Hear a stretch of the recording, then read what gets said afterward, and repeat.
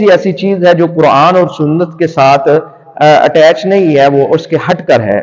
تو ہمیں یہ چاہیے کہ ہم اپنی عوام کی اصلاح کریں تاکہ ایسے لوگوں کی جو ہے وہ پہلے سے ہی ان کے بارے میں لوگوں کو پتا ہو، عقائد کے بارے میں پتا ہو، دینی تعلیمات کے بارے میں پتا ہو، اپنے اصولی موقف کا پتا ہو کہ دین ہمیں کس حد تک اجازت دیتا ہے۔ تو اس طرح کے اگر شعبہ باز آپ دیکھیں گلیوں میں، محلوں میں، ہر جگہ پر بیٹھے ہوئے ہیں جو معصوم لوگوں کو، میں معصوم تو نہیں، جاہل لوگوں کو کہوں گا کہ وہ لوٹتے ہیں، اور پریشانی کے عالم میں وہ ایسے لوگوں، ایسے پیروں کے ہتھے چڑھ جاتے ہیں جہاں پر اپنا مال بھی، اپنی عزت بھی، اپنی آبرو بھی، اپنی جان بھی، وہ ایک سرگودا کے قریب واقعہ ہوا، وہاں پر ایک پیر صاحب نے اپنے ہی مریدین کے سروں میں ڈنڈے مار کے ان کو مار دیا۔ تو یہ جو ہے عوام کو بھی اس کے بارے میں سوچنا چاہیے کی ہے کہ وہ لوگوں کے ساتھ کس طرح فراڈ کرتے ہیں، کس طرح وہ لوگوں کو بیوقوف بناتے ہیں اور لوگوں کے ساتھ عقیدے کی وجہ سے، ان کے عقائد کی وجہ سے کھلواڑ کرتے ہیں۔ تو اس کے بعد جو اقرار الحسن کو بہت سارے ایسے فونز کال آ رہی ہیں جس کے اندر وہ اس کو دھمکیاں مل رہی ہیں،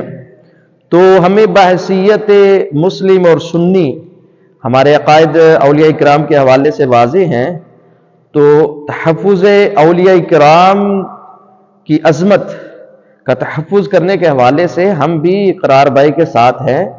کہ اگر کوئی بات، اگر کوئی چیز اولیاء کرام سے منسلک ہو رہی ہے اور وہ غلط ہے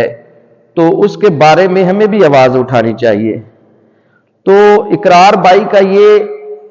جو قدم ہے احسن ہے، اور جو اویس صاحب ہیں کوئی، جنہوں نے پچھلے دنوں حنیف قریشی صاحب اور انجینئر مرزا محمد علی کے درمیان بھی ایک نام نہاد مناظرے کا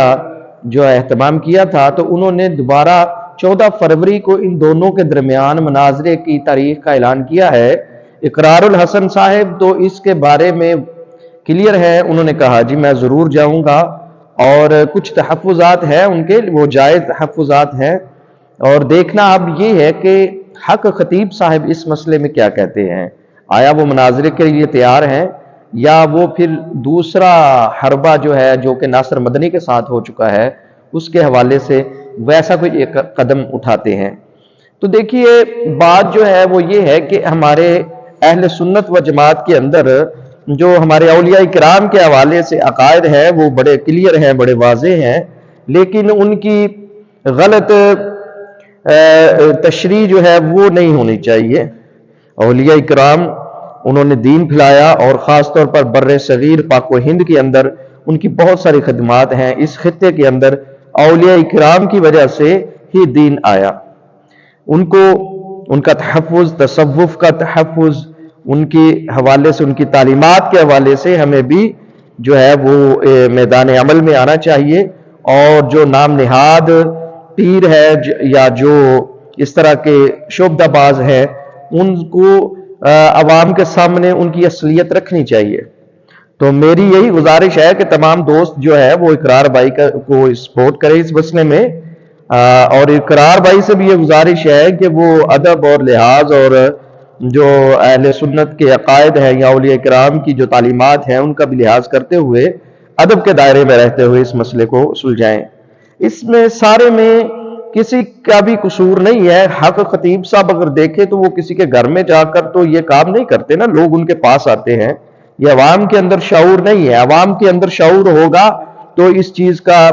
رد ہوگا، اگر عوام کے اندر شعور نہیں ہے، پبلک کے اندر شعور نہیں ہے، لوگوں کو اس کے بارے میں علم نہیں ہے، تو اس طرح کے لوگ تو فائدہ اٹھاتے جائیں گے۔